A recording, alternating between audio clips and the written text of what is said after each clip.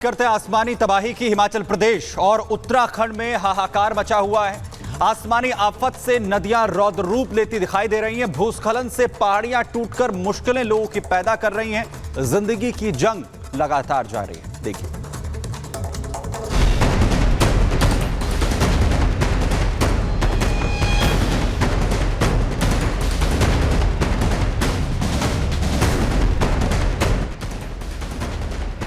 बारिश और तबाही की ये तस्वीरें झकझोर रही है। बारिश ऐसा तूफान लाई है कि हिमाचल से लेकर उत्तराखंड तक सब कुछ तबाह हो गया।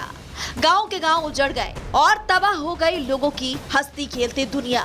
टूट गए मकान और टूट गई लोगों की हिम्मत। तो मैं और मेरी वाइफ ही आए कि आप इस कंडीशन में बचे हैं कि कह नहीं सकते। हमने सारा मंजर अपनी आंखों से देखा है। तो मेरा घर भी वहीं था, तो मैं बिल्कुल बेघर होके बैठा हूँ, आज रोड पे हूँ। पूरा घर बार गए, गाय बच्चू सब चले गए, कुछ नहीं बचा इनके पास भी। क्या है कि घर बचा जाके इनसे को, ये एक बेटा बचा, एक पोतरू बचा, बस यही बचे। सब कुछ ले गया, कुछ नहीं रखा। सबसे पहले ये दो तस्वीरें देखिए जो हिमाचल की है, जहां बाढ़ से पहले हरियाली थी, घर थे, दुकान थी, लोगों की जिंदगी थी। लेकिन बाढ़ में सब कुछ तबाह हो गया।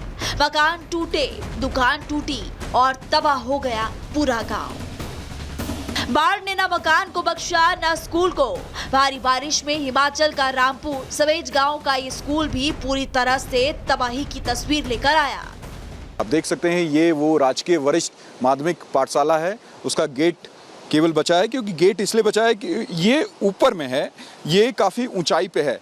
लेकिन जो स्कूल है वो पूरी तरीके से तबाह हो चुका है। यहाँ पर एक भी ऐसा घर नहीं बचा जो उस सैलाब के कारण पूरी तरीके से तबाह ना हुआ हो। देखिए, तस्वीरें यहाँ पर है। एक मेडल आप देख सकते हैं, उस स्कूल के अंदर का ये दृश्य है, जहाँ की अभी केवल एक निशानी के तौर पर आपको मालूम चलेगा कि ये स्कूल है और वो मेडल रखा हुआ है। ये सैलाब आया और सैलाब के बाद एक पूरे तरीके से ये जो स्कूल था वो तबाह हो चुका है। बाढ़ का आतंक मनाली रोहतांग नेशनल हाईवे पर भी देखने को मिला, जहां जगह जगह बारिश से नेशनल हाईवे को भारी नुकसान पहुंचा। मनाली से करीब 10 किलोमीटर आगे नहर कुंड के पास नेशनल हाईवे का करीब 250 मीटर का हिस्सा ब्यास नदी में बह गया। हम मनाली ले नेशनल हाईवे पर मौजूद हैं और पिछले 48 घंटों में किस तरह से बादलों ने तबाही मचाई है, जिस तरह से बादल फटे हैं, आप खुद अंदाजा लगा सकते हैं। ये हाईवे की जो सड़क है उसका लगभग आधा हिस्सा है पूरी तरह से ब्यास ने बहा दिया है। आप देख सकते हैं कि सड़क कितनी दूर थी और जो हिस्सा है सड़क का वो कैसे बह गया है।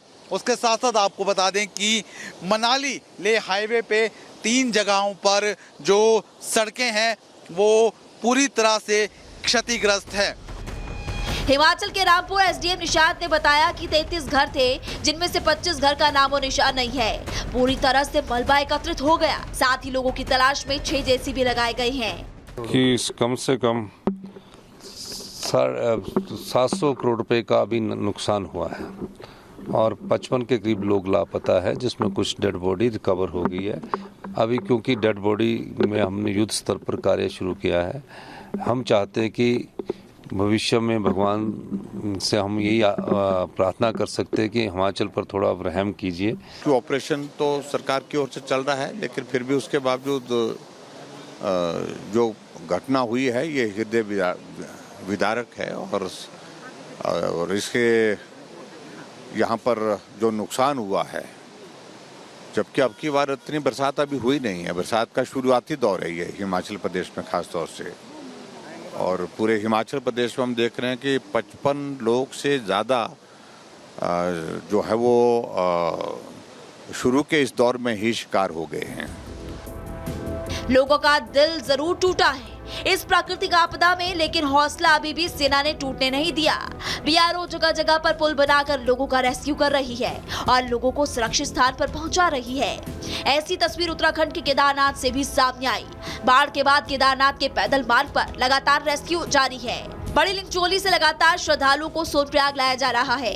अभी केदारनाथ में 1000 से ज्यादा श्रद्धालु फंस गए, लेकिन सभी सुरक्षित हैं और चॉपर के माध्यम से रेस्क्यू जारी है। लगातार रेस्क्यू ऑपरेशन जारी है। आप देख सकते हैं चॉपर के माध्यम से लगातार इन श्रद्धालुओं को जो यहाँ फंसे इनको ले जाने का काम किया जा रहा है। मुख्यमंत्री पुष्कर सिंह धामी के निर्देश है कि प्रत्येक श्रद्धालु को सकुशल ले जाया जाए, जो काम लगातार जारी है। और लगातार चॉपर यहाँ से जो लोग यहाँ पर फंसे हैं उनको ले जाने का काम कर रहा है। यहाँ से केदारनाथ का जो मार्ग है वो लगभग 1 घंटे का पैदल मार्ग है। ये बड़ी लिंचोली की तस्वीर आप देख रहे हैं। तमाम जो श्रद्धालु है यहाँ पर सुरक्षित है। सोनप्रयाग में आर्मी ने मोर्चा संभाला, बीआरओ ने पैदल ब्रिज बनाया। इसके साथ ही केदारनाथ के पैदल मार्ग भीमताली में भी ब्रिज बनाने का काम शुरू होगा। अब तक 1000 श्रद्धालुओं को सुरक्षित निकाला जा चुका है। पूरे उत्तराखंड में 31 जुलाई से अब तक 17 लोगों की मौत हो गई, जिनके परिजन अपने लोगों को मिस बता रहे हैं। जिले का कप्तान संपर्क में है। पहला प्रयास यही है कि जो लोग फंसे हैं उनको जल्द से जल्द निकाला जाए। मौसम की मार से हाल बेहाल है और मौसम कब तक सुधरेगा इसके आसार फिलहाल कभी नजर आ रहे हैं। लोगों के लिए सेना रक्षक बनकर मैदान में है और उनकी लगातार मदद भी की जा रही है। Bureau report, Republic Bharat.